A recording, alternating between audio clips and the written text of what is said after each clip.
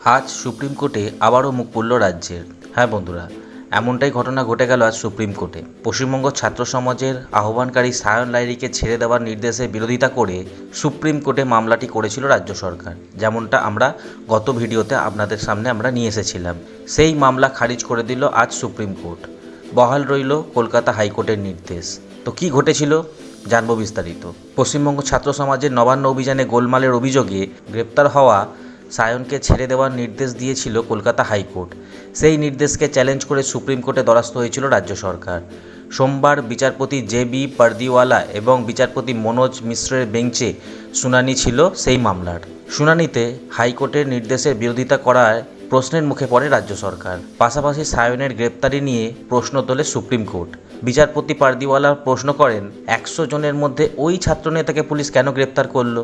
তারপরেই কলকাতা হাইকোর্টের নির্দেশ উল্লেখ করে বিচারপতি পারদিওয়ালার বক্তব্য, ওই ছাত্রনেতার জামিন মঞ্জুর হওয়াটাই উচিত, এ নিয়ে কোনো সন্দেহ নেই, কিন্তু এফআইআর খারিজ বিষয়টি বিবেচনা করে দেখা যেতে পারে।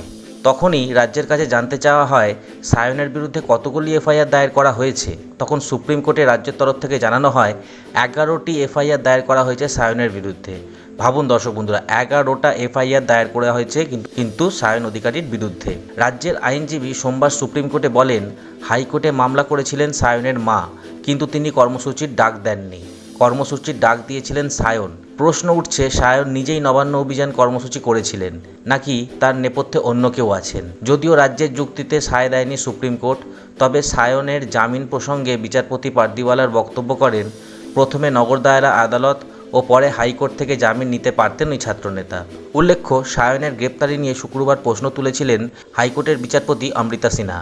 রাজ্যের তরফে আদালতে জানানো হয়েছিল, নবান্ন অভিযান কর্মসূচির ডাক দিয়েছিলেন সায়ন। ওই কর্মসূচিতে পুলিশের কোনো অনুমতি ছিল না। তারপরও জমায়েত হয়েছে, মিছিলও হয়েছে। বিচারপতি সিনহার এজলাসে রাজ্যের যুক্তি ছিল, ওই কর্মসূচি কোনোভাবেই শান্তিপূর্ণ না। সায়নের গ্রেপ্তারির পক্ষে যুক্তি সাজাতে প্রভাবশালী তথ্য সংযোজন করেছিল রাজ্যের আইনজীবী। তবে বিচারপতি সিনহার প্রশ্ন ছিল, সায়ন কোনো রাজনৈতিক সংগঠনের সঙ্গে যুক্ত কিনা। জবাবে রাজ্য জানিয়েছিল তিনি ছাত্রনেতা। এই কথা শুনে বিচারপতি ফের প্রশ্ন করেছিলেন, সেক্ষেত্রে সায়নকে কিভাবে প্রভাবশালী বলা হচ্ছে? রাজ্যের যুক্তি ছিল, সায়ন প্ররোচনামূলক বক্তব্য রেখেছিলেন। তবে রাজ্যের যুক্তি টেকেনি বিচারপতি সিনহার এজলাসে এবং সেখান থেকে বিচারপতি সিনহা কিন্তু তখনই জামিন মঞ্জুর করেছিলেন। ধৃত সায়নের মুক্তির নির্দেশ দিয়েছিল হাইকোর্ট। আরও বলা হয়েছিল, আদালতের নির্দেশ ছাড়া কোনো কড়া পদক্ষেপ তার বিরুদ্ধে করা যাবে না। আদালতের নির্দেশ মতো শনিবার দুপুরেই জেল থেকে ছাড়া পান সায়ন। তবে তারপরেই হাইকোর্টের নির্দেশকে চ্যালেঞ্জ করে সুপ্রিম কোর্টে যায় রাজ্য। তবে শীর্ষ আদালতে অর্থাৎ সুপ্রিম কোর্টে রাজ্যের আবেদন খারিজ হয়ে গেল। অর্থাৎ বন্ধুরা, ফের মুখ পুড়ল রাজ্যের, সে কথা কিন্তু কোনো অপেক্ষা রাখে না। তো এই ছিল একটি শর্ট আপডেট যা আপনাদের সামনে আমরা শেয়ার করলাম। ভিডিওটি ভালো লাগলে লাইক করবেন, শেয়ার করবেন। চ্যানেলে নতুন হলে চ্যানেলটি সাবস্ক্রাইব করে পাশে থাকবেন এরকমই পরবর্তী নোটিফিকেশনের আপডেট পাওয়ার জন্য। ধন্যবাদ।